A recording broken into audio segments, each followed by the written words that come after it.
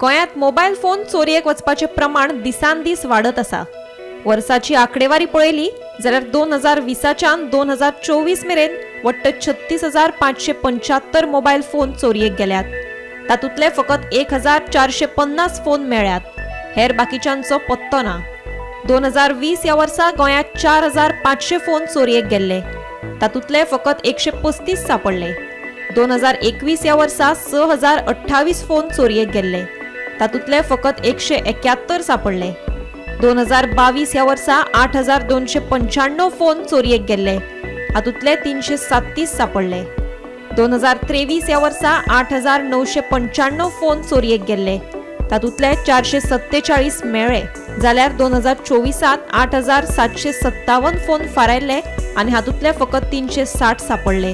हेर बाकीच्या फोनांचो पत्तोच ना।